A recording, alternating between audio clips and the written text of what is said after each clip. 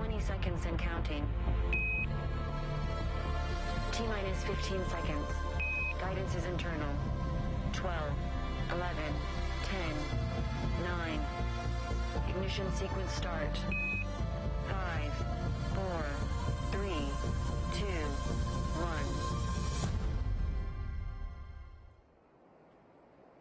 Good afternoon and welcome to NASA's Stennis Space Center in Mississippi. We are bringing you live coverage as Artemis fires up for today's Green Run test, a major milestone on America's mission to land the first woman and the next man on the moon with the Artemis program. Good evening, I'm Lee D'Angelo, and just a little over a mile behind me is the historic B-Test complex where NASA tested rocket stages for the mighty Saturn V rocket and the space shuttle. Today, in just about 30 minutes, we will test the core stage of our new Space Launch System rocket, also known as the SLS. What you see behind me mounted into the B-2 test stand is the most powerful core stage in the world. This SLS rocket is set to make its first flight from NASA's Kennedy Space Center later this year on the Artemis 1 mission, which will send an uncrewed Orion spacecraft beyond the moon and back to Earth. We're going to learn a lot more about Artemis, SLS, the core stage, and today's test, which we call the Green Run Hot Fire. We'll also be talking with NASA Administrator Jim Bridenstine, hearing from some of those who have made this all happen and getting a unique perspective from someone who knows how it feels to ride a rocket into space, astronaut Tracy Caldwell-Dyson. We also want to hear from you, and for that we have Apollonia Acker standing by to help you connect on social media. Apollonia? Hi, I'm Apollonia Acker. I'm a social media coordinator with the communications teams here at Stennis Space Center. And today I'm bringing your comments live to NASA TV. And we're glad to have you following along on all of our social media platforms. We also invite you to follow us at NASA Artemis on Twitter. And we are live on Facebook, Instagram, LinkedIn, Beta TV, Daily Motion, and Twitch. We're going to be sharing some of your posts, so submit your questions and your posts using hashtag AskNASA. Also, we've been asking you, what would you take on a trip to the moon in celebration of today's hot fire test? And you've submitted your moon kits using hashtag NASA Moon Kit. We're going to be tracking your reaction online, and I'm just excited to see this in person. Back to you, Lee. Thanks so much, Apollonia. And I'm so glad we get to share this event online. We might normally have hundreds of folks on hand here to see this in person. But of course, we're following COVID protocols for social distancing. Those of us who are here are looking forward to some fire and smoke and a lot of noise. I've got Alex Cagnola here with me. He's a core stage engineer who can tell us about the test. Alex, thank you so much for joining us. Absolutely. Thank you for having me. I want to start with the basics. What is the core stage? How does it fit into SLS? Well, the core stage is really the powerhouse of our entire space launch system. The core stage has two propellant tanks, one of liquid hydrogen and liquid oxygen, 4 RS-25 engines, more than 18 miles of cables, all of our electronics, avionics boxes, everything we consider the brains of the rocket, and of course all the plumbing that goes into feeding our fuel to our 4 RS-25 engines. Sounds pretty big. Yeah, it's very big. You know, our core stage is 212 feet long. You know, the most powerful core stage ever built, so we're super excited to see it be tested today. So we're testing today. We're not showing. This isn't a demonstration. What does a successful test look like? Right, and that's very important to remember. You know, we'll be testing the rocket. We're still, you know, learning things about our rocket as we further test. So, you know, we might hear some test conductor audio interrupt our talk, and we'll be relaying that message to everybody. You know, we might fire a few minutes before or a few minutes after our scheduled time. You know, we're really looking to get some engineering data once we do ignite all 4 engines, and that may include, you know, moving the engines a little bit or throttling up or throttling down. You know, we're going to be testing everything we can to get all the data we need. You're the expert. I'm glad you're here with us. I'm going to have a lot of questions for you throughout the show, so thank you again. And we're getting set to chat with NASA Administrator Jim Bridenstine about the Artemis program. But first, let's hear this message from Stennis Director Rick Gilbrecht.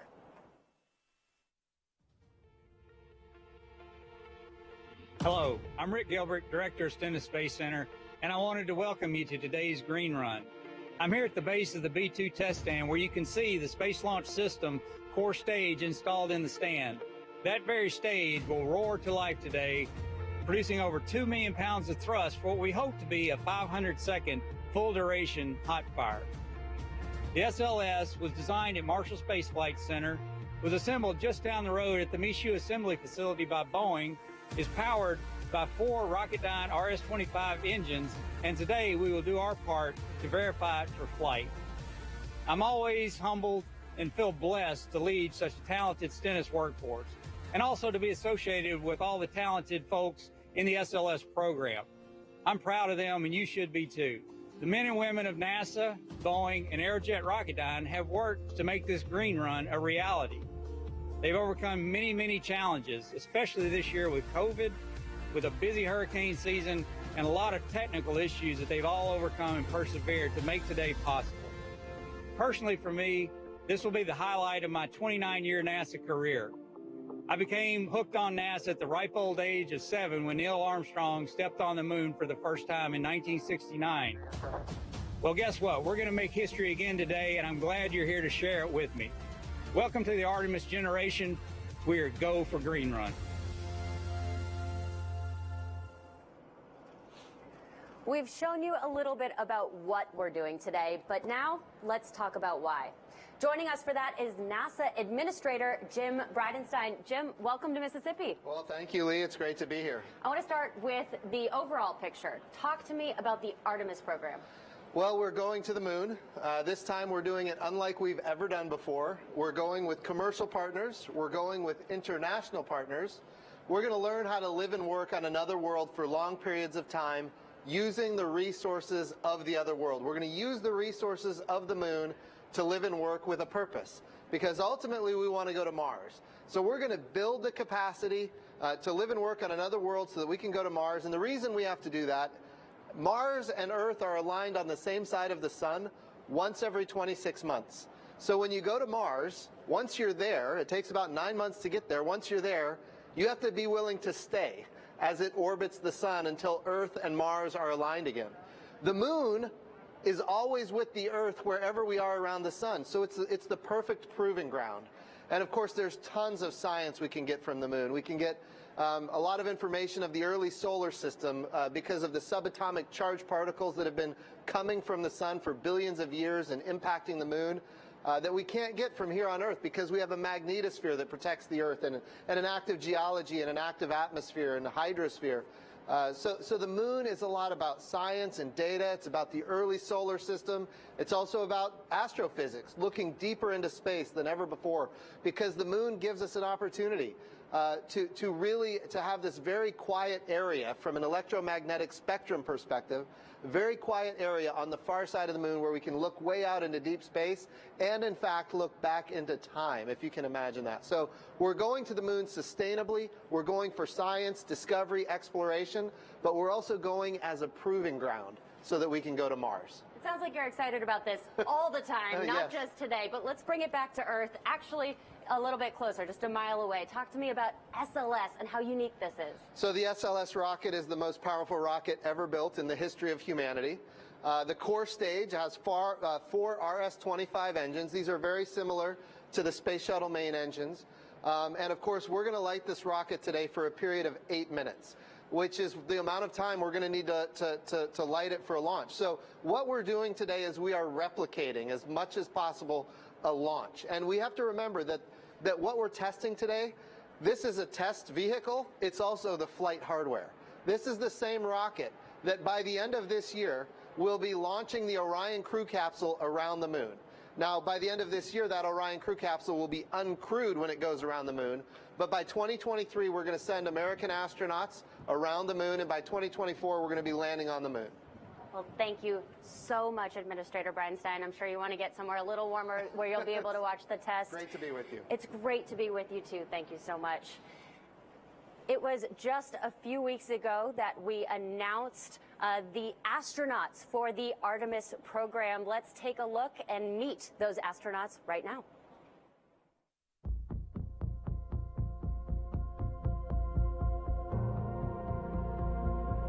At NASA, We have always answered the innate calls who make this journey possible. From advocates across communities, to companies across industries, to countries around the world, We achieve this collective endeavor. Our efforts create impact for all. Technologies that revolutionize industries. And jobs that bring prosperity to people. The discoveries from space benefit the way we live on Earth today. And those from the moon will create a better future for generations to come. But to do that, we must go. Hi, I'm Chell Lindgren. My name is Raja Chari. Kayla Barron. Kate Rubens. Hi, I'm Christina Cook. NASA astronaut Joe Acaba. Jessica Amir. Woody Hoberg. Ann McClain. Stephanie Wilson. My name is Johnny Kim. Nicole Mann. Victor Glover. Jessica Watkins. Hi, I'm Matthew Dominic. Jasmine Mogbelli. Frank Rubio. Scott Tingle. This is what we do. This is what we will do. Let's go.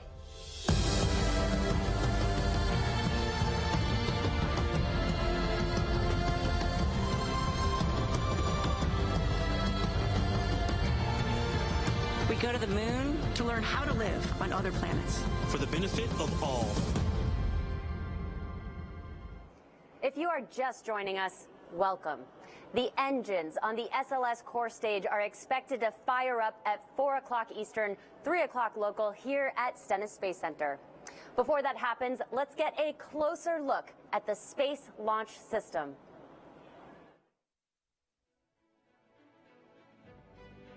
NASA's Space Launch System is Artemis's super heavy lift rocket and provides the foundation for human exploration and scientific missions to the Moon, Mars, and beyond.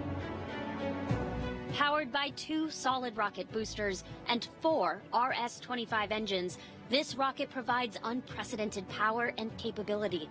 Designed to reach 23 times the speed of sound and an altitude of more than 100 miles in just over 8 minutes, offering more energy, volume capacity, and payload mass than any rocket built today. Under the launch abort system, Orion and the upper stage, and between 2 solid rocket boosters is the heart of every SLS configuration, the core stage, towering 212 feet with a diameter of 27.6 feet, and storing 537,000 gallons of liquid hydrogen and 196,000 gallons of liquid oxygen. This is the world's largest core stage ever built. The core stage for Artemis 1 fires up for the first time at NASA's historic B-2 test stand. So there it is, the Artemis 1 SLS core stage on the B-2 test stand. The teams on site are planning to fire up those 4 RS-25 engines at 4 o'clock Eastern. Now, Alex, I know this is a culmination of tests here, but it started way long ago. Let's just go back one step and talk to me about how this was built and assembled at Michoud Assembly Facility. Absolutely. So originally the core stage was designed up in Huntsville by our SLS program team and also our Boeing team.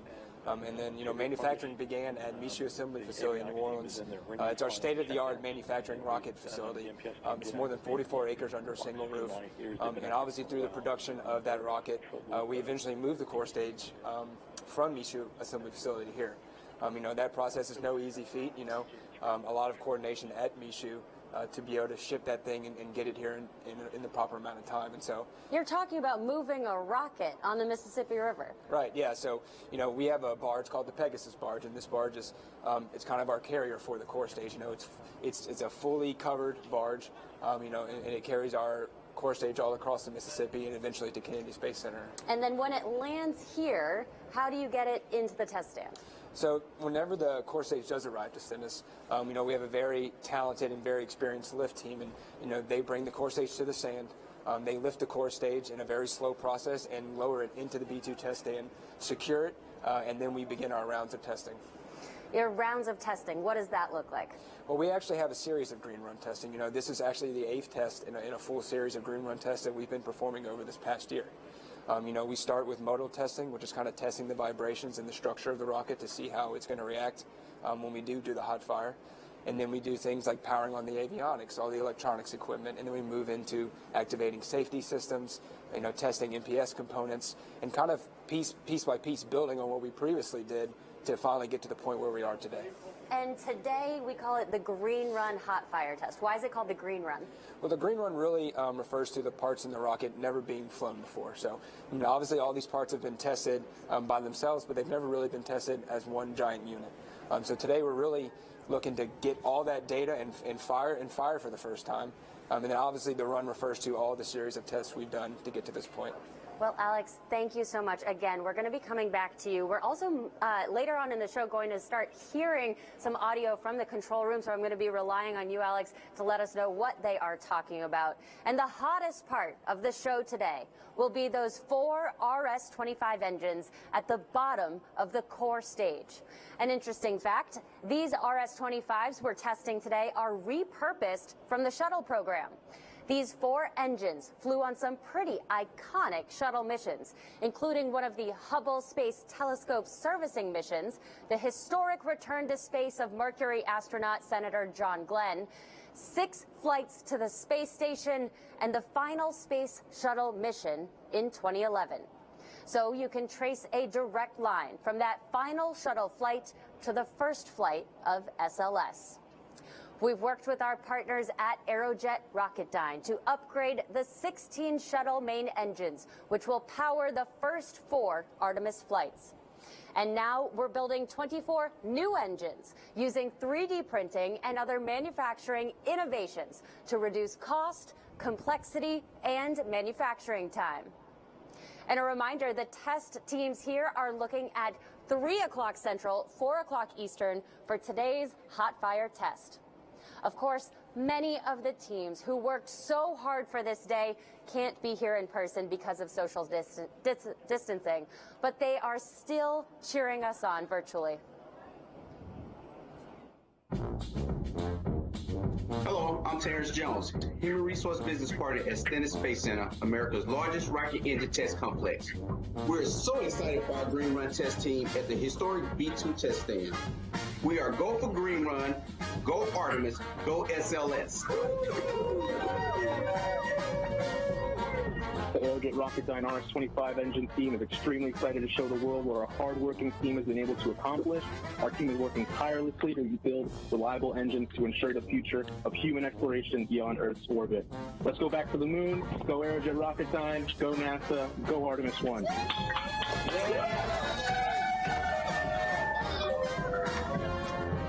We are Boeing, and we are so proud to be part of Team Artemis. All right, guys, let's light it up.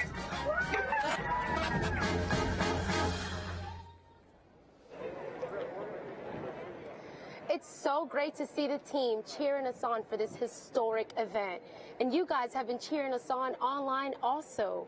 And in celebration of being one step closer to landing astronauts on the moon, we've been asking you, what would you take on a trip to the moon? Let's take a look at some of the entries that we've received. We have an entry from the New Orleans Saints, and Marcus Davenport from the New Orleans Saints, he would pack his helmet and a football. What is a trip to the moon without a helmet and a football? Who dat? We also have an entry here, Moon Kit from Storm Lake Elementary STEM. It's great to see the little ones packing their moon kits.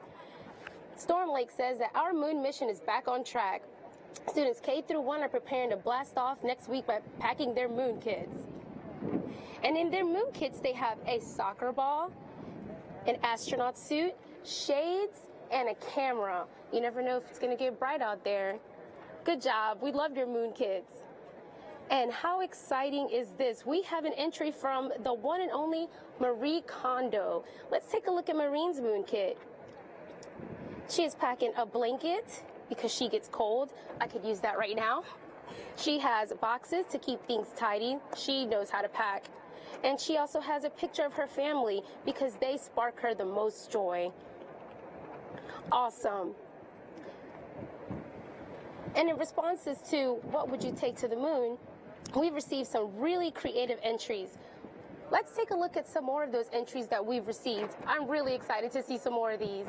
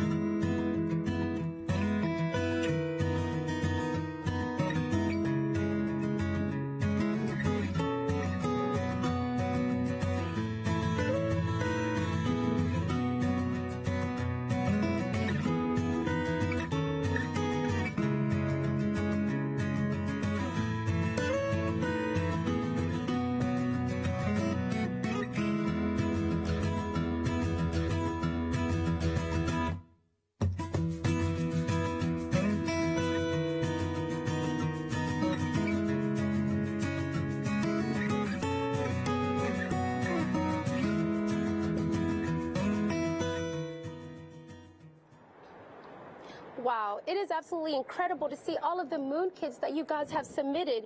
We literally have them from all over the world, and I'm being asked, what would I pack in my moon kit? In my moon kit, I would pack my Pomeranian Azania, and I would have a pretty big box so I could squeeze my 3 boys and my husband in my moon kit. What about you, Lee? What would you pack? You're absolutely right. I'm not leaving Earth without my German short-hair pointer, Penny.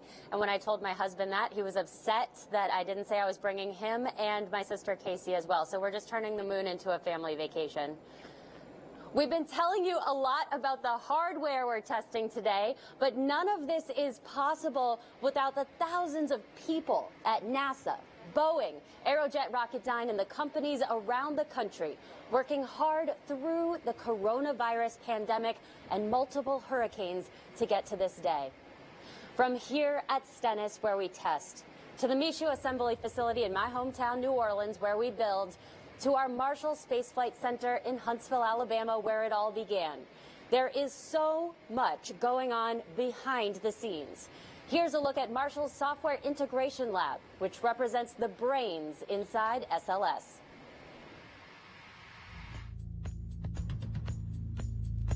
I am the lead of the team that is building and testing the core stage. All the boxes you see here and the miles of cables that you see, this is what the inside of the core stage looks like. So you can see it's very complex. And what we do here is we run a lot of simulations to ensure that we have validated the systems and integrated them together. So we actually have special software that's a version of the flight software, but it's really specific for our green run test. And so that testing has also been integrated into this laboratory and with all these avionics boxes to ensure we have a successful hot fire. Best part of the job is working with all the people and the teamwork. It's been extremely fun to watch how everybody has pulled together with the same goal in mind. We have more than 1,000 companies across the United States that support us. Some of them are small mom and pop shops all the way up to the big contractors. And each one of the individuals that have been working with us have a significant contribution, and they should be extremely proud, not only when we do our Green Run Hot Fire, but when we have our first Artemis mission launch. If you're just joining us today, we are live at NASA's Stennis Space Center in Mississippi for the Green Run Hot Fire test of the core stage of our Space Launch System rocket. At about 4 o'clock Eastern, over there at our historic B-2 test stand, we are going to fire 4 RS-25 engines for up to 8 minutes to prove this rocket is ready to launch later this year on the first Artemis mission to the moon. Again, so many people have worked to get us to this day, and even if they're not here in person, they are ready for this big milestone.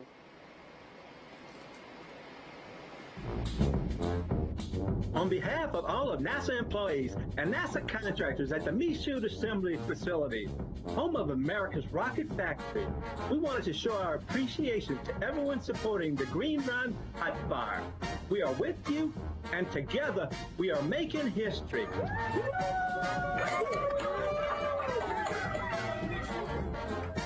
My name is Preston Jones from NASA's Marshall Space Flight Center. I'd like to say congratulations to the SLS team, to the core stage team for this great milestone achievement. As we go into Green Run, let's say go Green Run. Go Green Run!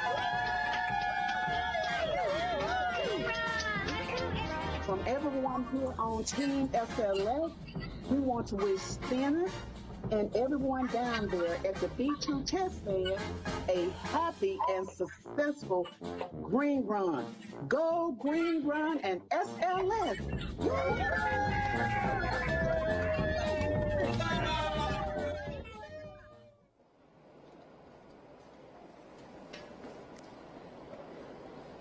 We have an update for you. Again, this is a live show. We are hearing what you're hearing, and we are learning as we are moving through this day of test. Alex, do you have any update for us on why we might be possibly going faster or slower, or what this is like right now?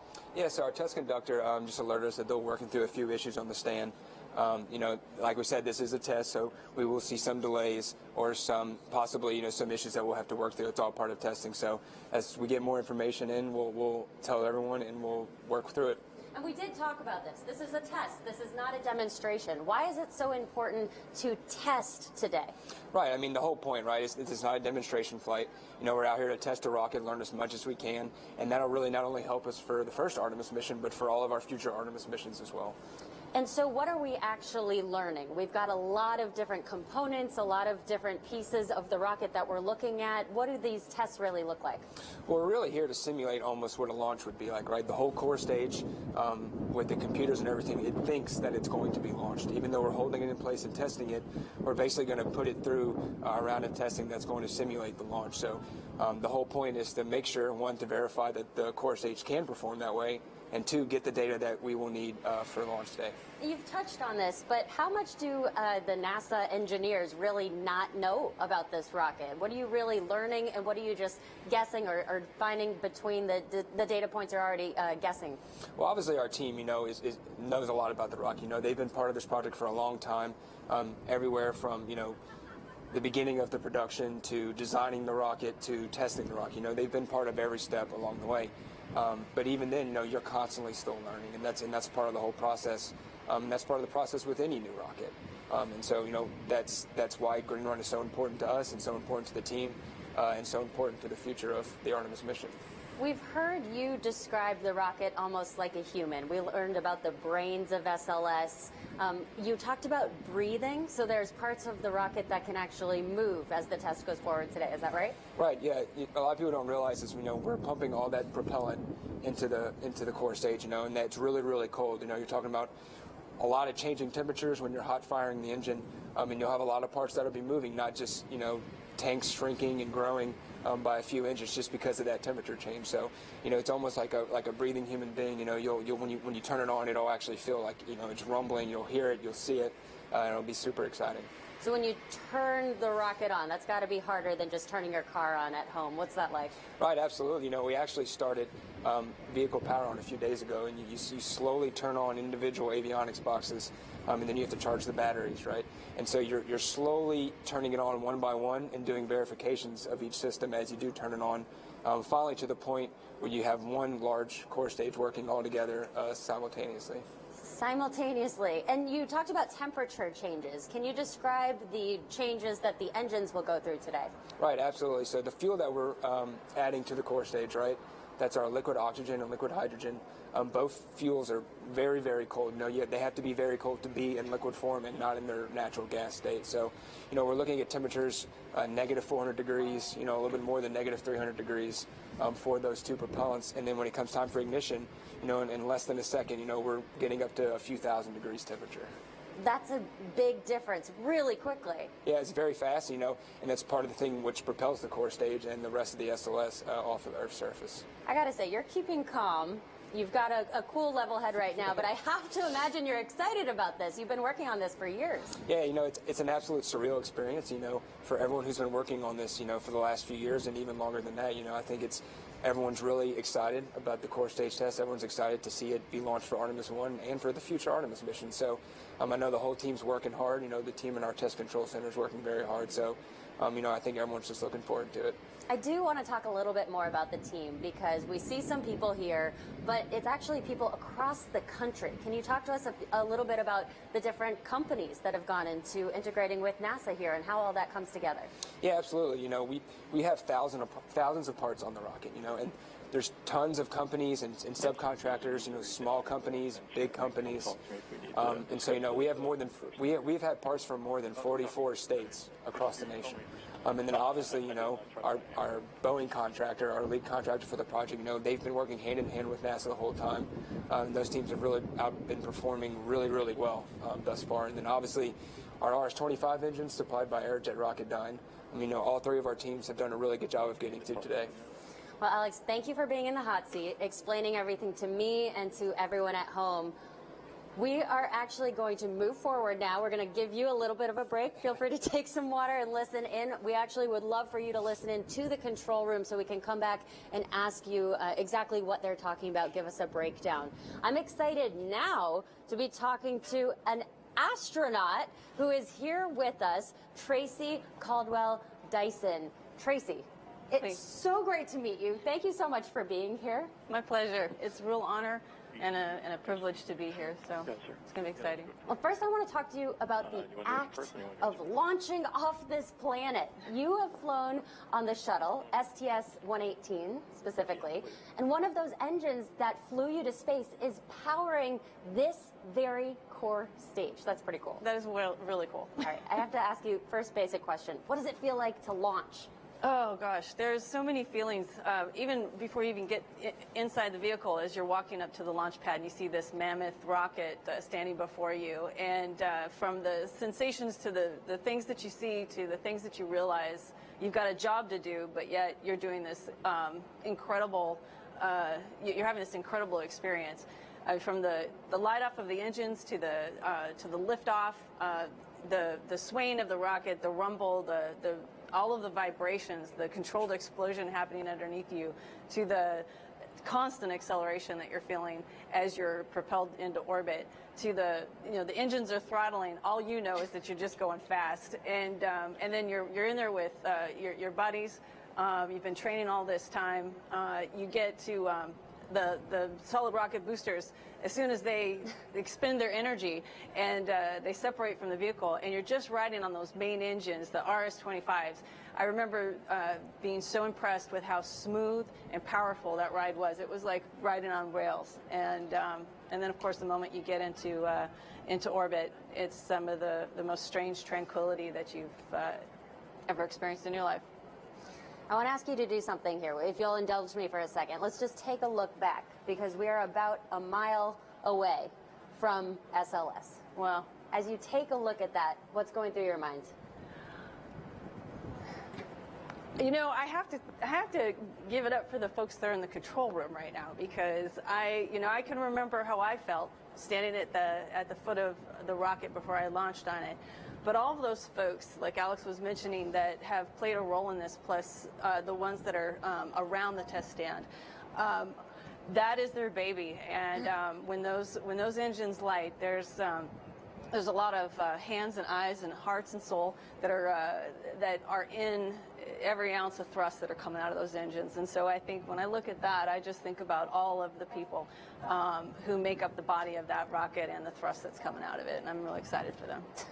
Excited for all of us. Yeah. And it's exciting for all of us here. And what's the difference with the excitement in the astronaut community? Oh, goodness. Well, I tell you what, there's a whole lot of other blue flight suit folks that wish that they were here today.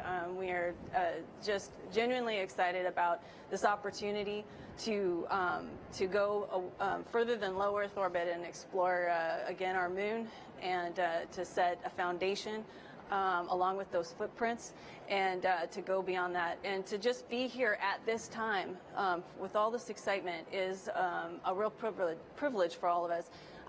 But as a corps of astronauts, we're just really excited about where we're headed. So.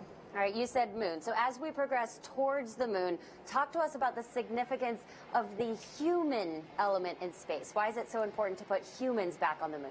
Oh, goodness. I think there's so many ways to answer this, but I think we have it inside each one of us to discover, to explore, to let out our creativity. And I think the reason it's important for humans, I mean, technically it's important because we know how to make decisions right then and there, especially with time delays and not having a camera view every single place you need to look. It's, I think, vital to have humans involved. But the spirit of exploration is within our hearts, and there's no other way to live it out but to send our humans to these destinations. And there's a lot of people watching today, and a lot of kids watching today, young girls watching today. Do you have anything you want to say to them specifically? Oh, goodness. Well, with what time we have left, I would say that the most important thing to do is to know what you enjoy doing, and start now taking note of those things, because what we really want is the best in you, and what brings the best in you out for everyone to see is doing the things that you enjoy. And so I would encourage everyone to go and explore all the things that you are doing right now, and ask yourself if you didn't have to get a grade in this, would you still be doing it? And so I just think that it's within their reach to fulfill their dreams, as long as what they're doing is what they enjoy. Stay curious. Stay curious, absolutely. Well, Tracy, I'm lucky to be with you. We're both lucky to be here right now, but there are a lot of people at home who've got questions for you, too. Would you mind if I asked you some questions off of Twitter? Please do. All right. We're going to jump to a few questions we've gotten in. The first one is from Amber. Amber on Twitter asks, what is the main mission, or what do you hope to learn with these next series of landings? On the moon, I think what we are trying to learn is just make sure we know how to get back there, and then to set up our mission so that we can come back. And our whole goal is to lay a foundation on the moon and make it sustainable so that we can continue to come back. And so I think the most important thing is to test our systems and to make sure that we can duplicate it. So make sure we don't get lost and that we know what we're doing when we get there. Okay. That is highly important. That's a great answer. All right, another user on Twitter asks, what would be your final meal before leaving for the moon? Oh, goodness. What would be my final meal? You know what? I would, this is going to be boring, but I would want a salad. What? Why? Because I want fresh food before I go, because the rest of it's going to be all dehydrated, I'm pretty sure. Do you get queasy on the launch, too? No, I didn't, and I think part of that's because you are so highly trained and you've got a job to do and you're highly focused. And with all the G's pressing against you, it kind of keeps your stomach still. It's keeping it down. Keep it all in there. One last question for you. What is the coolest thing you've experienced being an astronaut? Oh, I got to say that it is being in shorts and a T-shirt, living on board the space station, looking out the window and gazing at this beautiful planet. That probably is the most exciting, coolest thing I've ever done as an astronaut. Well, Tracy, thank you so much for being here. I hope you get to enjoy the show. And thank you to everyone watching and submitting questions online. What we're going to do right now is we are just going to watch with you. We're going to take a step back. We are going to watch the test stand, and we're going to listen in. And we are going to ask Alex to please pay extra special attention, because we're going to come back and ask you what's going on in the control room. So again, we are going to take a step back and all just watch the test stand for just a few minutes.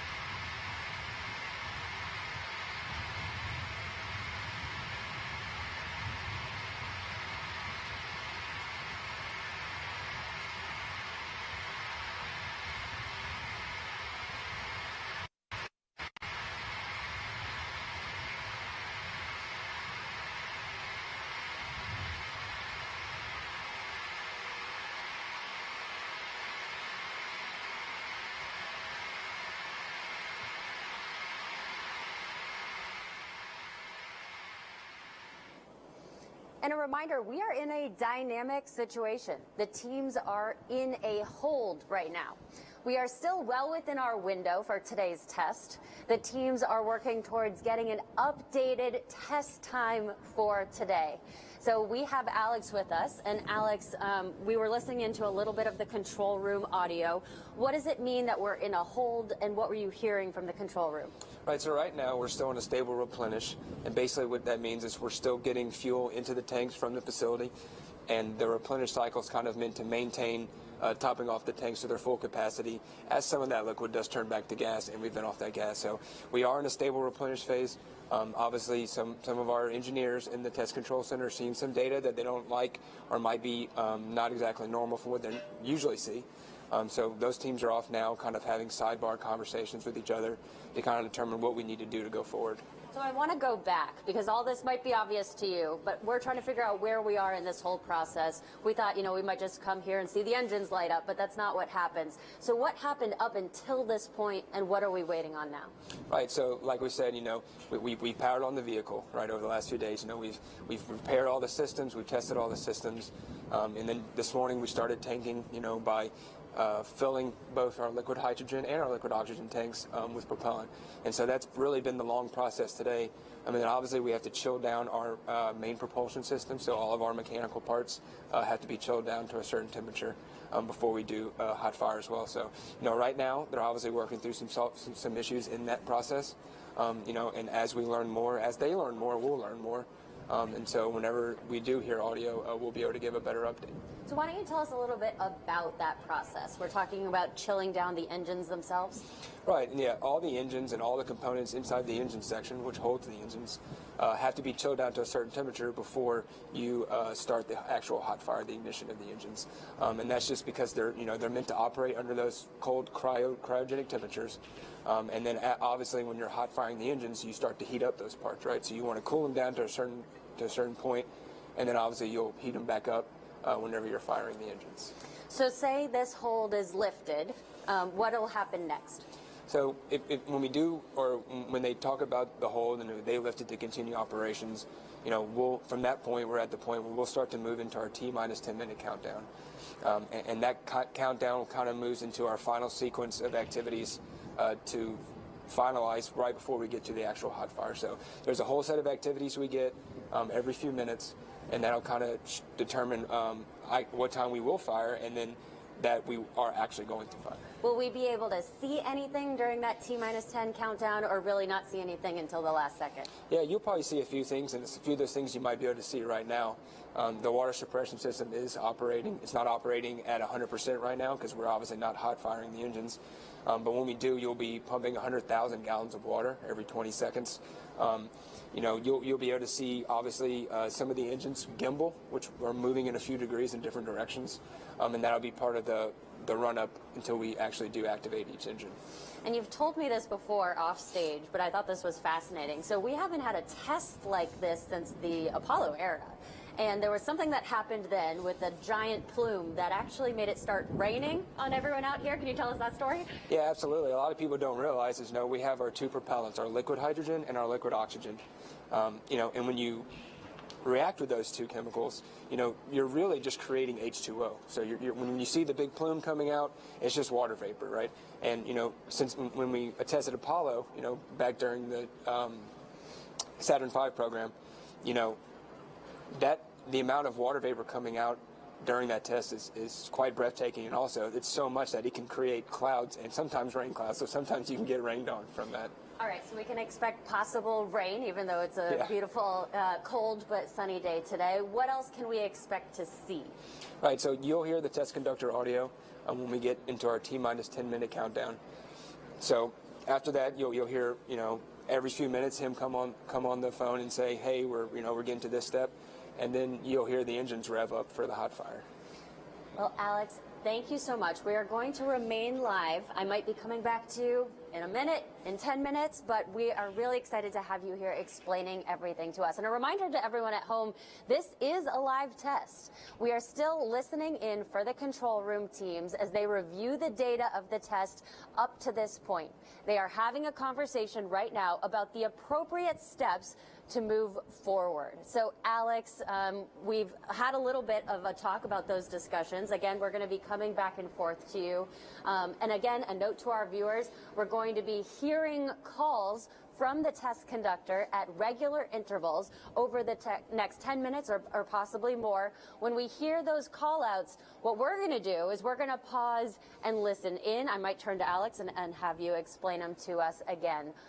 For right now, what we're going to do is pause and listen for some of those so we can try to catch up with the rest of you and everyone in the control room, find out what's going on, and just take a step back and look at the beautiful SLS on the test stand now.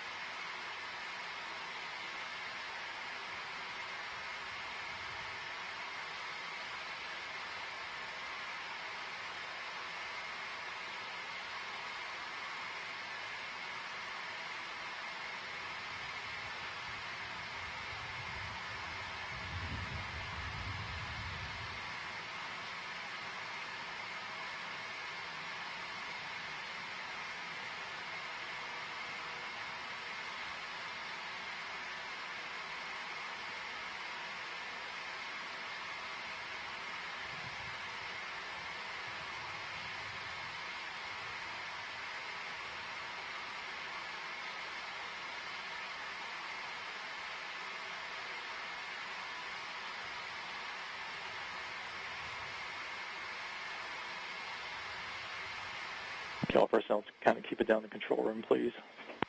We are coming up on another event here in the terminal countdown timeline, coming up on about T-minus 40 minutes or in about 2 minutes.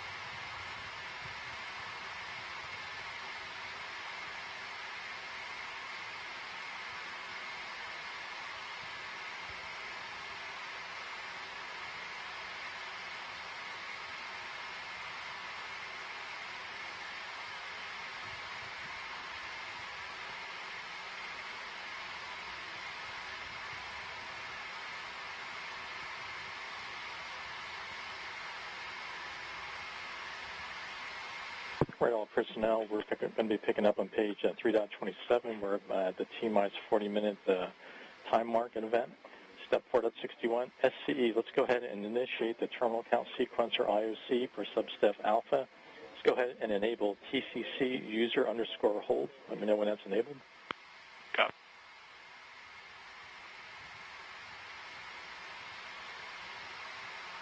User hold enabled in green. Copy, and then please enable STCTR 48, please, the stage controller terminal countdown engine anomaly, if not already enabled. STCTR 48 enabled in green. Copy that. Takes us to step 4.62, sequencer. Let's go ahead and perform the stage controller terminal count sequencer setup as follows. Please ensure the countdown timer is open. CDT window is open. And ensure your display test commit criteria is also open. TCC display is also open. Copy. And we're going to go to substep Charlie. If you would, verifies on the terminal count sequencer that the IOC has been initiated. Verifying initialization was successful. Copy, and verify engine configuration is hot fire. Engine configuration is hot fire. And verify display configuration is hot fire. Display configuration is also hot fire. For substep 4, please record the version of the GLS events table being used for today. Okay, version hot fire, version R98 Rev 8. Did you copy that, BQA1? No, sir.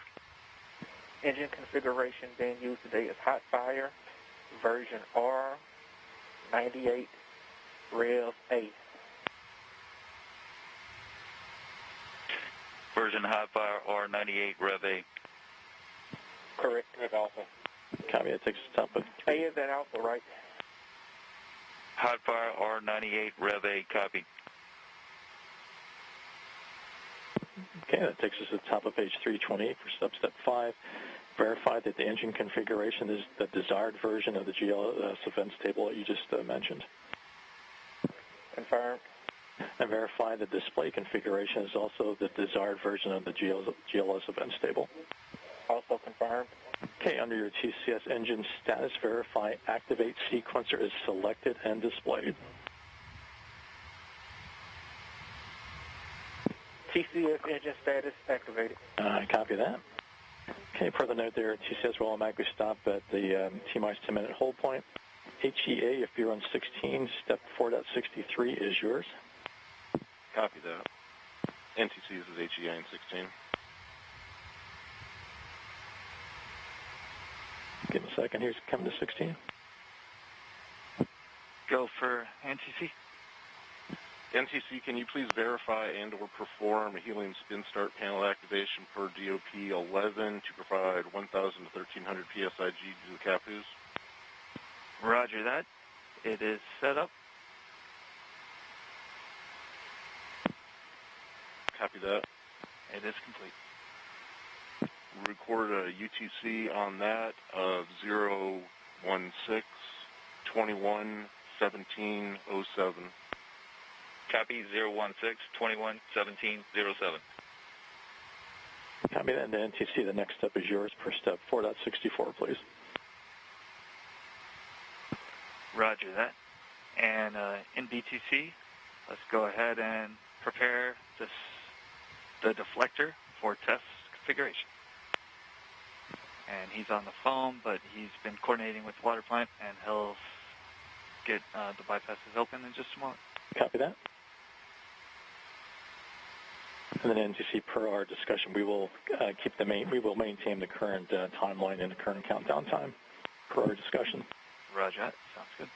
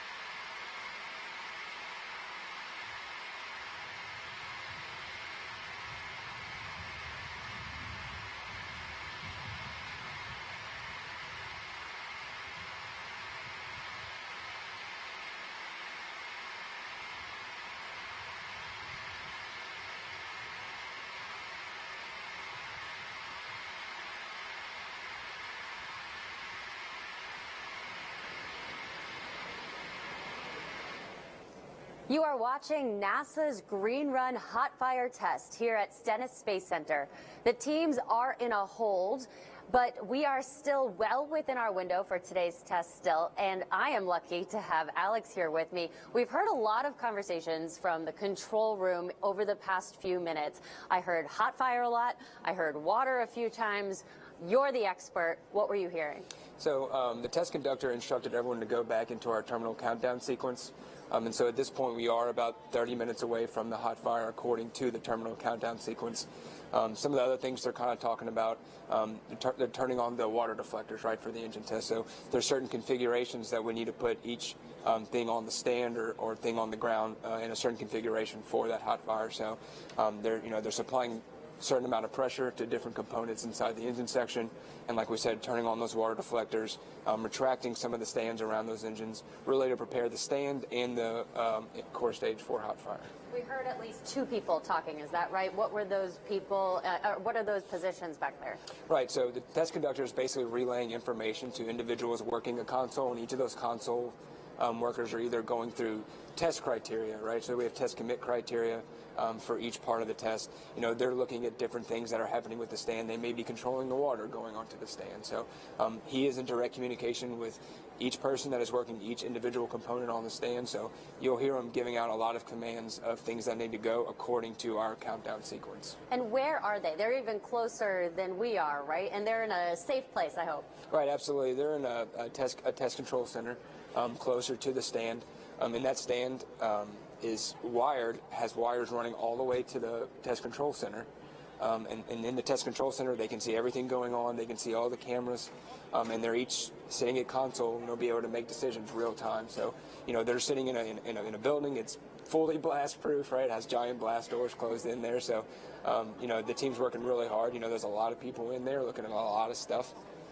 So, they're obviously working through it and working towards hot fire. And those two people we heard, are they sitting close to each other? Are they hearing each other kind of like we're hearing them now? So the test conductor audio, he's in one part inside the test control room. So, he's talking in a regular voice, kind of like we are.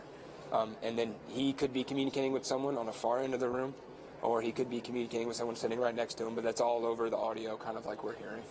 So is this considered normal when you think about testing a rocket? Yeah, absolutely. That there's a ton of people who play a part in the actual test of a rocket or in the launch of a rocket, right? So you have to have a proper way of communicating, proper one-way or two-way channels, so that the correct people can be heard at the correct time. So everything that's happening is obviously planned as far as communication and working through issues. And then now that we're in our close to 30-minute terminal countdown, we'll be hearing a lot more things over the radio. And we heard about this window. So there's a certain amount of time that they have to be able to light these engines. It's not like a launch window where we're trying to reach the moon, so we have to pay attention to that. But what does this window mean? So, there's certain operating guidelines that we have for certain things in the engine. There's certain times that we can have avionics boxes powered on, and there's certain times that we're allowed to have the batteries running on internal power, things like that.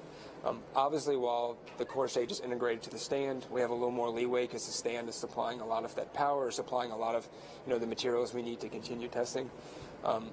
It's going to be more of a process for them to determine what the next step forward is for testing. And I'm sure it's something we'll hear over the test conductor audio. Okay, I'm going to be coming back to you a lot more. Again, we're going to keep you in the hot seat here, even though it's cold outside. We're all excited for the big hot blast coming in. I think you said about 30 minutes is what we're expecting. So again, what we're going to do, a reminder, this is a live test. We're still listening in for the control room teams as they're reviewing this data as we're leading up to the test point. They're still having a conversation right now about the appropriate steps to move forward. So again, we're going to join you. We're going to take a step back and just watch. We're going to look at the test stand and listen in for the control center. We're going to let Alex digest it all for us, and we'll come back to you in just a few minutes.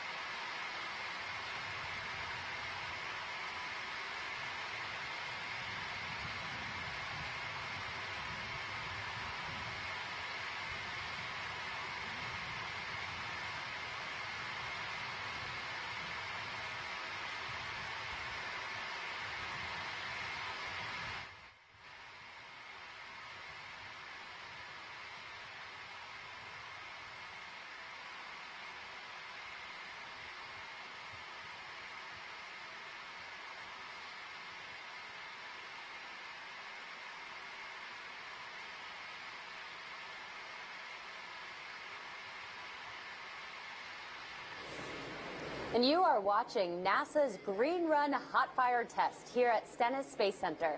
The teams are in a hold, but we are still well within our window for today's test. And we did just get an update.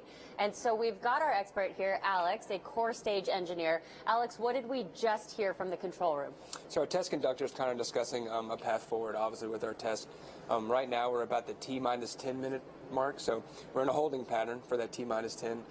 They're going to go around, continue to monitor our fuel levels, our propellant, how much propellant we have.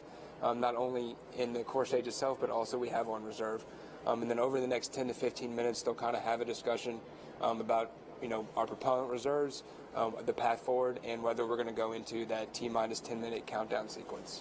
Okay, so we heard about one hold earlier when we started taking our pauses and listening in. This sounds like we're in a different hold, is that right? Right, so the T-minus 10 hold is really the last major milestone before we get into a lot of the major operations that we use to get into the actual hot fire. So, starting at the T-minus 10 mark, every minute we have a lot of very important tasks that we'll be doing up until hot fire. Okay, so let's walk through those. What else will we expect to hear once we hit T-minus 10?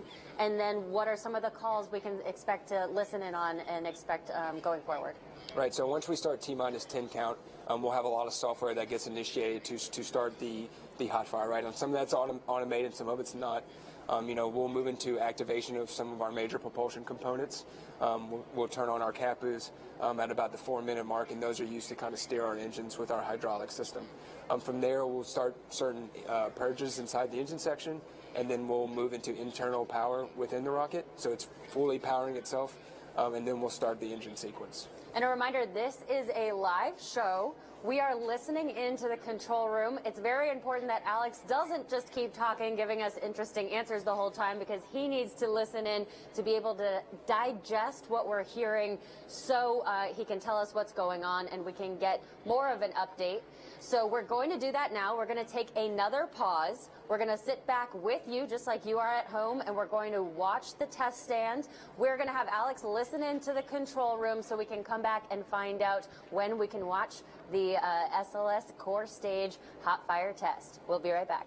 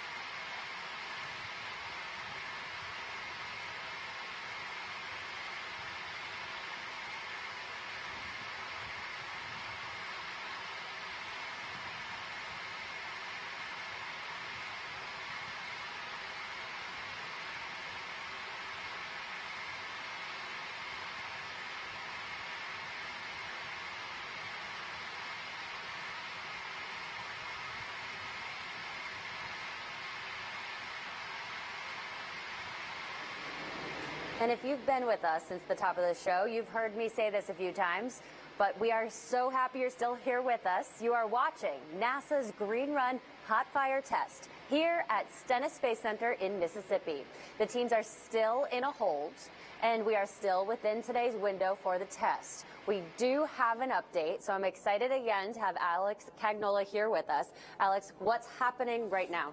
So right now our teams are still kind of doing some preps before we move into our T-minus 10-minute count. There's a lot of just individual preps you have to do on the stand, individual components, certain configurations we have to put everything in before we actually do perform that hot fire. They're going around, they're polling all of our program management and our chief engineers to see, are we good to go on, or we need to move on. We're also monitoring other things. We're monitoring how much propellant we have in the tanks, how much propellant we have on reserve on the barges to use for the hot fire. And then just as we work through those issues, we'll hear more information as we get closer. So you said monitoring how much propellant we have on the tanks. Why is that important at this step? Right, so this whole time before we go into hot fire, we're in a phase called replenish phase. And I know we kind of talked about that, but that fuel is very, very cold, and in the outside right now, it's not as cold, right? And so, constantly that fuel is being converted into gas and then vented out of the tanks, and then so the entire time we're in a phase called replenish, where we're constantly pumping a little bit of fuel back into the tanks to make sure it's at max capacity. And we've said at the beginning of this show that this hot fire test can last up to 8 minutes. What I understand is we can learn a lot in just the first few minutes. Is that right? Right. A lot of the engineering data we're looking to get really comes in the first 250 seconds. So, whenever we do initiate hot fire, we're going to be gimbling our engines a little bit, right? So we'll be moving the engines in a certain pattern that'll kind of mirror what we might expect during launch. We'll be throttling down the engines for a while, and then we might throttle them back up. There's a lot of things that we're going to try out, and most of those things will be in the first 250 seconds. Obviously, we want to go for the full 8 minutes that we will see during launch, but I think that we'll get a lot of really useful data in those first few minutes. So you said gimbling the engines, moving them a little bit. It's not like a NASCAR turn or anything like that. We'll be seeing the engines, right? Just small movements? Yeah, it's very, very small movements, and you might not even notice. It's only a few degrees in each way, and you might see a couple of them move the same time, or you might not. But that few degrees can really change your trajectory of your rocket when you do launch it. So it's important to be able to test that here at Stennis while we're hot firing, and not just when the engines are just sitting there, right? It's a lot different when you have all that thrust coming out the bottom of the rocket than it is just testing it without it. So I'd love for you to take a second with me and just take a look back. We can see a little bit of white steam, smoke coming out. Can you describe that for us? Right, so what you're kind of seeing right now is the max deflectors, the water deflectors on the flame ramp, right? So we kind of talked about how much water they're pumping, 110,000 gallons every 20 minutes or so. So it's a lot, it's a lot of water coming out, and roughly 32,000 holes on that flame ramp that are all pumping water. So, obviously you're going to see a lot of mist before the hot fire, and they'll actually even increase the amount of water coming up when we do get closer as well. And those are called flame buckets, am I right? Yeah, that's right. It's a flame bucket. You might even see some flame coming out of there whenever we do light up all 4 engines. So it'll be very exciting. And obviously all the safety systems are in place to take care of that when we do hot fire. Okay, and again, we are still in a hold. In some way, this is a planned hold. We've got different versions of holds throughout the test. And as we get more information, we're going to come back.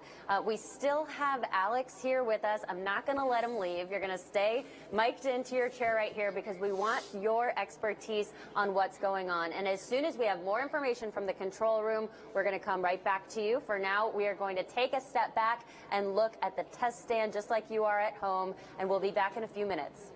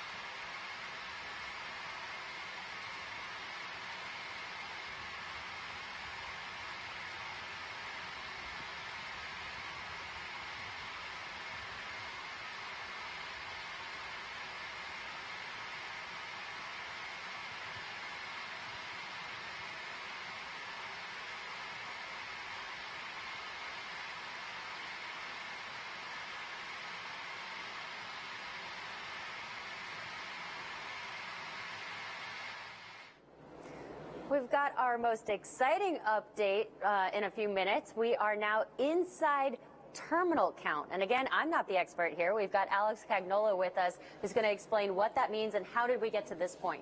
Right, so the test conductor just came on the audio and alerted us that we're about 9 minutes away, actually. So we'll be getting some pretty regular updates here. We'll be hearing some activation of some different components on the rocket before the hot fire.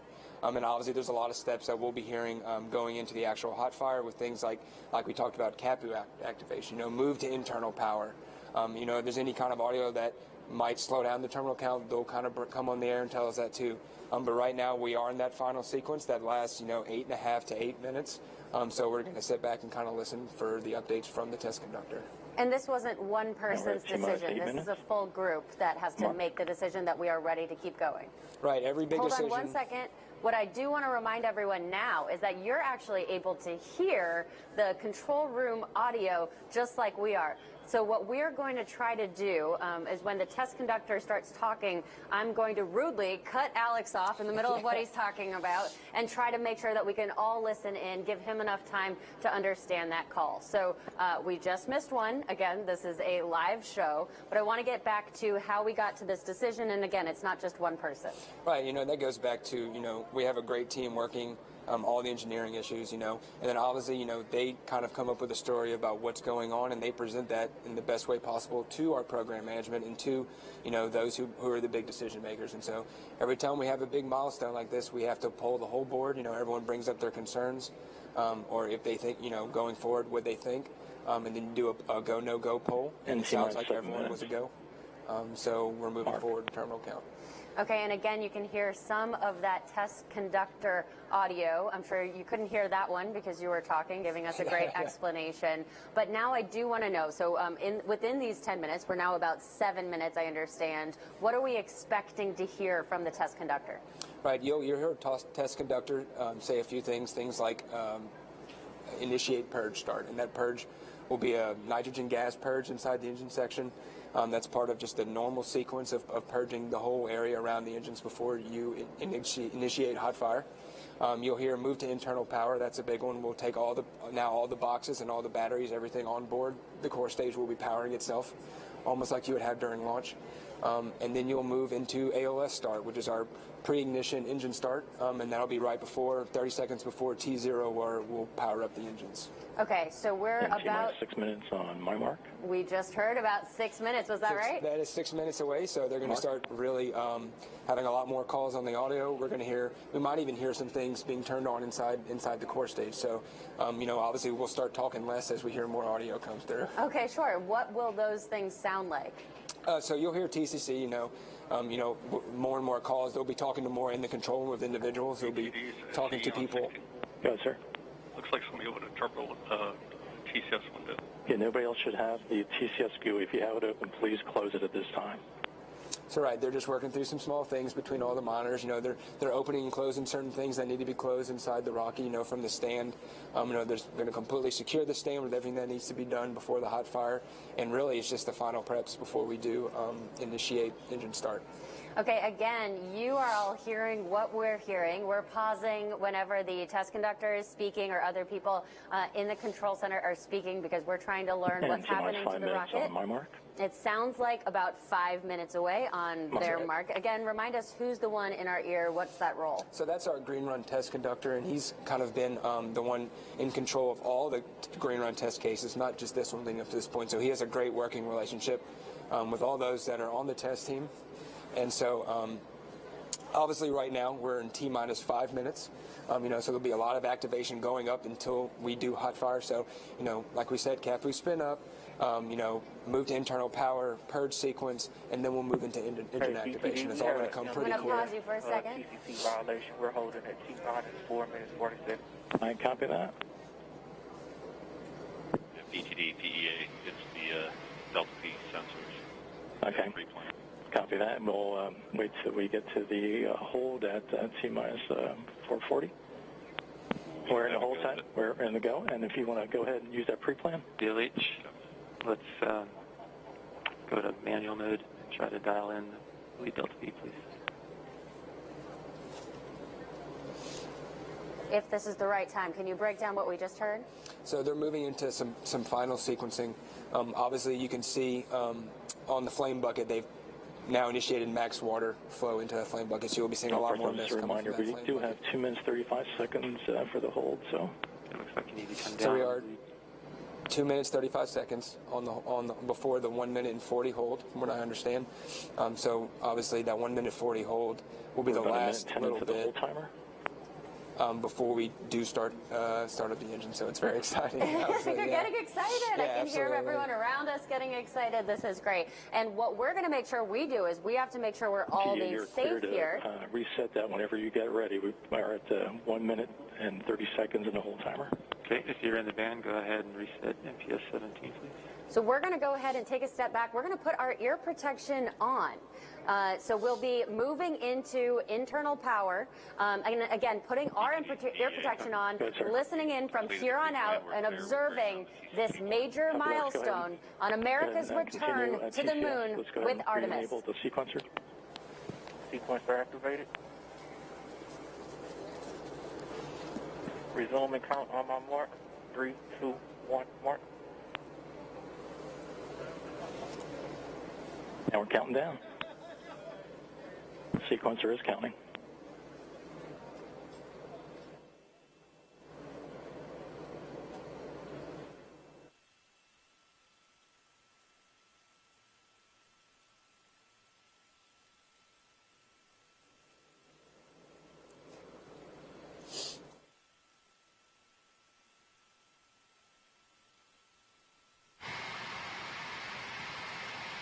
Coming up on T-minus 4 minutes on my mark. Mark.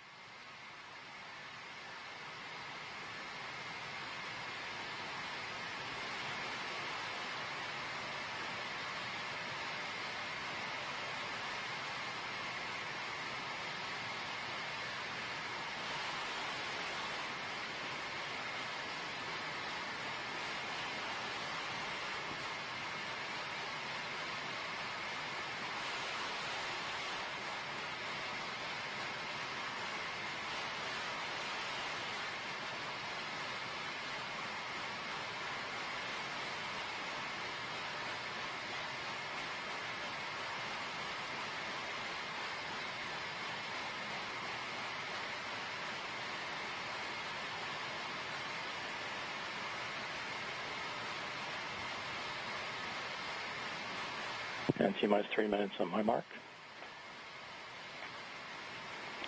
Mark.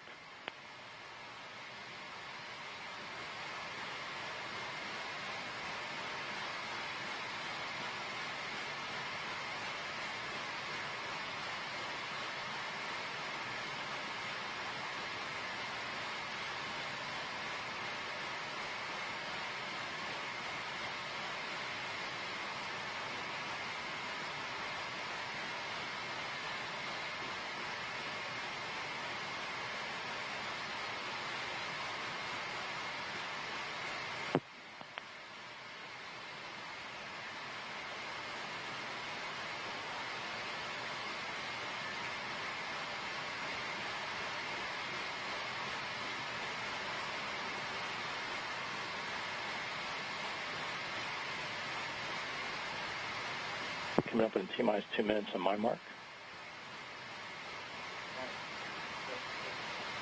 Mark.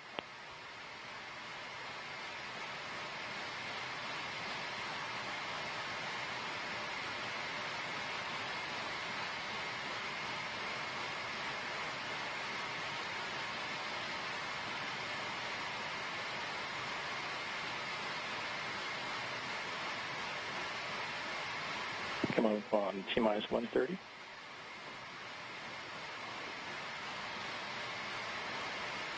Mark.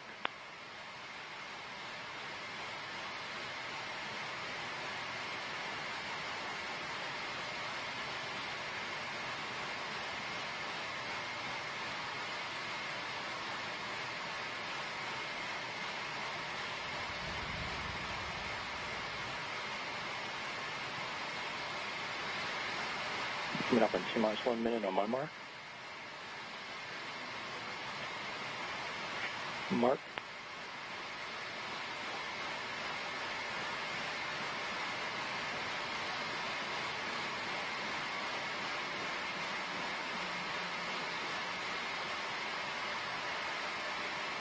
If, for all personnel, report that you're ready to go. PEA. Go. AEA. HEA. Go. REA. Go. NTC. We're go.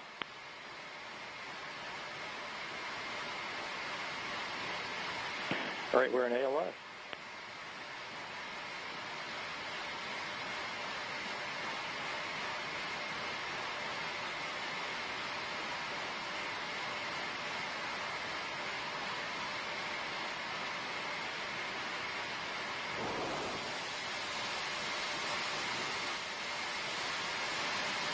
Launch your engine start. And we're in the plus count. Engine start. We're in the plus count. Call for south, please continue to monitor your system. And grass is in control.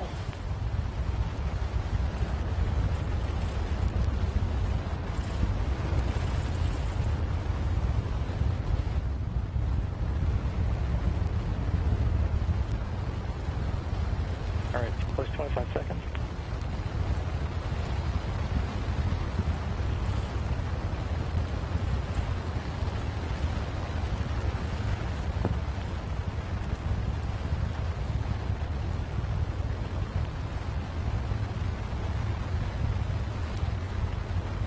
DDRA, we did get an MCF on engine 4. Copy that, but we're still running. Still got 4 good engines, right? Copy that.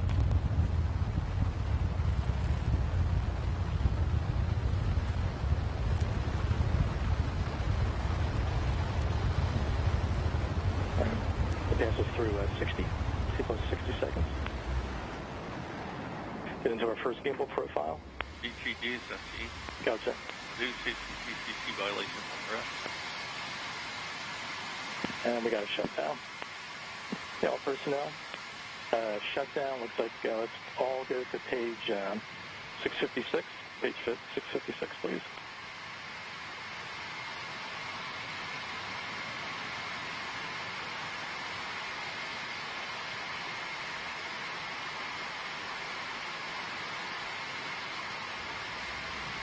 Yeah, all personnel, it's going to be post-hot fired or shutdown securing operations on page 656. BTD, I need you to verify with the engine guy. Yeah, sorry about that. Shutdown standby. Copy that. Yeah, all personnel, that does take us to the last page there on page 632. AR1, if you would, on step 4.241, please verify core stage engine 1s and 4 have shut down for that step, and we have a safe engine shutdown. We are in post-shutdown standby, engines 1 through 4.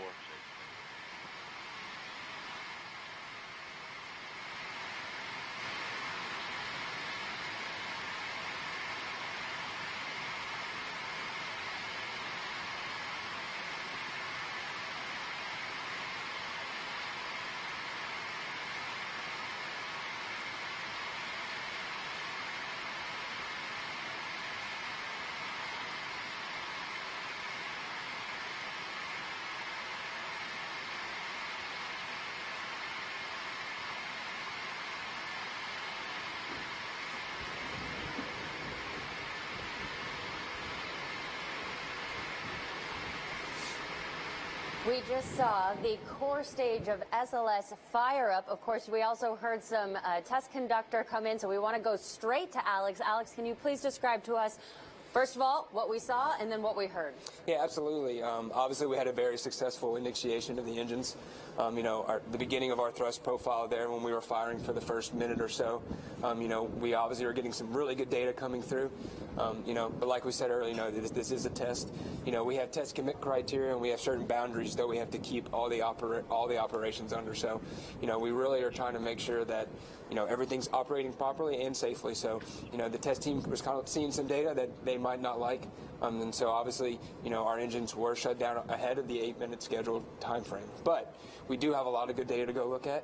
And hopefully, we can move on from here and maybe get, see what's going to go on further. So I was looking at your face when that started lighting up, and that was incredible. We saw the cloud forming. We both saw rainbows just forming right over our side. Just how did it feel in those first few seconds? Yeah, it's amazing. It never really gets old, that feeling that you get, in your chest, or, seeing, just how powerful those rockets are when they're testing. So Obviously, it was an awesome thing to see, and I can't wait to get the core stage to Kennedy and get ready for launch. And you told us, over 8 minutes we might have had tons and tons, terabytes worth of data, but we already have data just from right now. What are they going to do with that right away?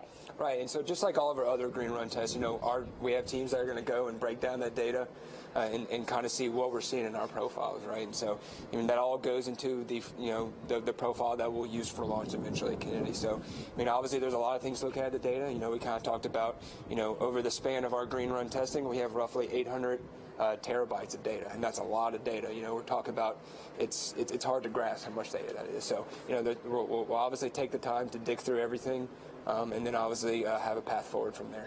And I know it happened really fast, but can you tell us what the people were talking about that we could hear from the test conductor in that audio? Right, so after we did engine initiation, they're kind of going through and monitoring everything, right? So obviously once we are actually firing the engines, we have to look at, all of our engine readings when it comes to temperatures, how they're reacting, how they're moving, and all that stuff. We were just getting into our gimbal profiling test, which is moving the engines around right before we terminated the hot fire. So we're obviously going to have a lot of good data to look at. Great. Thank you, Alex. I'm so glad you're here. And so as the engineers gather data from today, we look ahead to the next steps.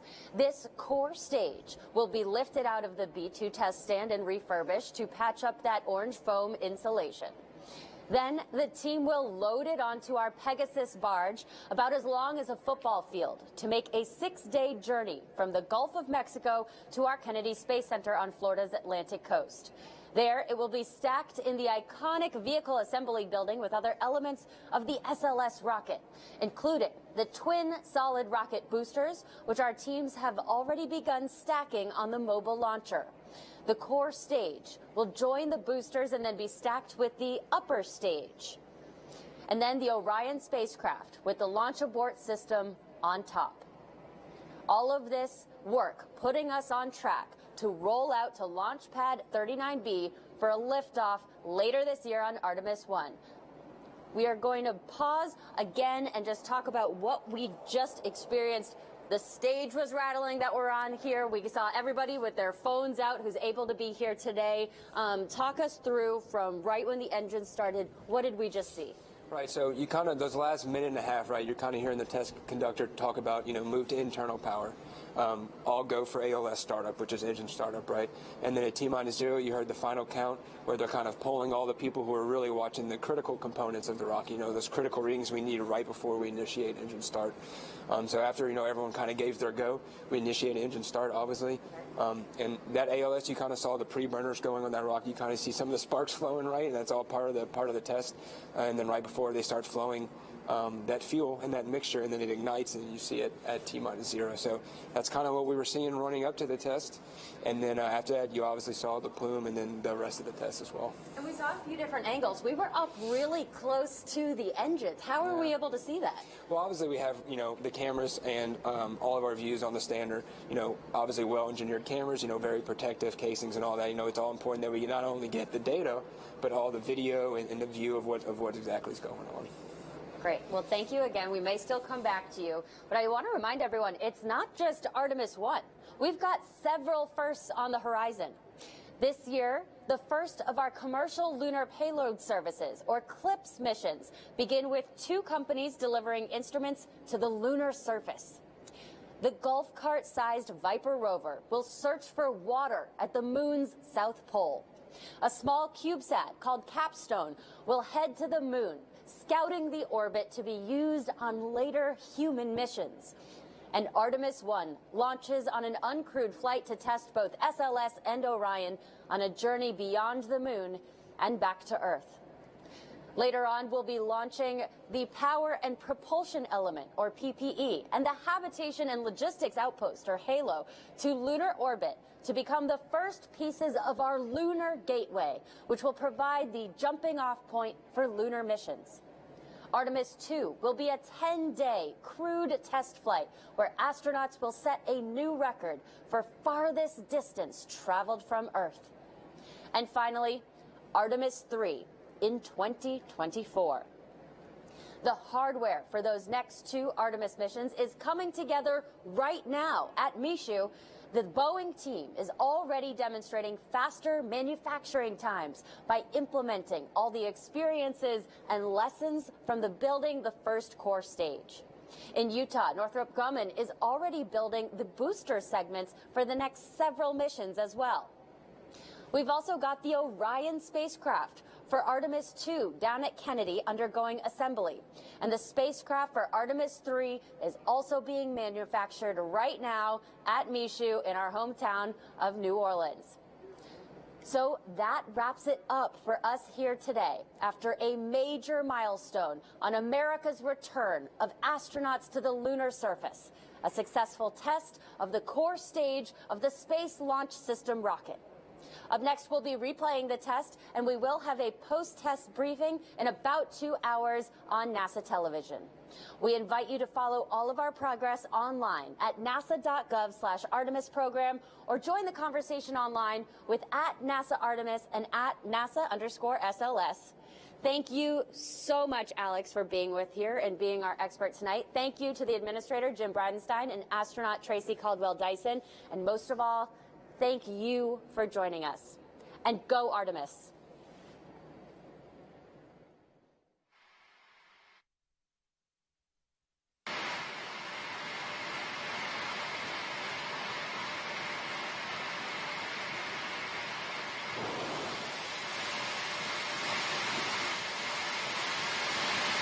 Announcer engine start.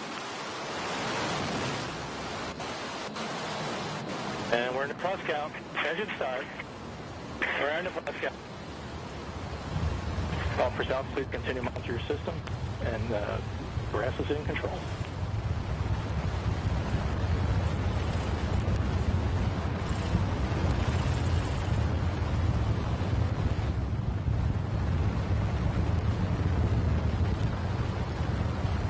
All right, first 25 seconds.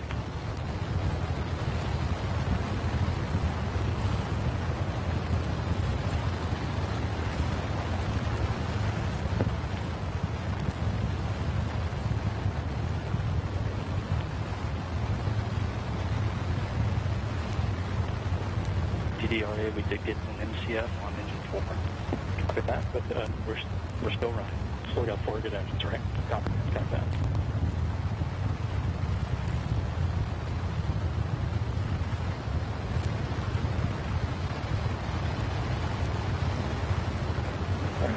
The gas is through 60 seconds. Get into our first gimbal profile. DTG, SFC. Got it, sir. I do see some TCP violations on the rest. And we got a shutdown. Okay, all personnel. Shutdown looks like let's all go to page 656. Page 656, please.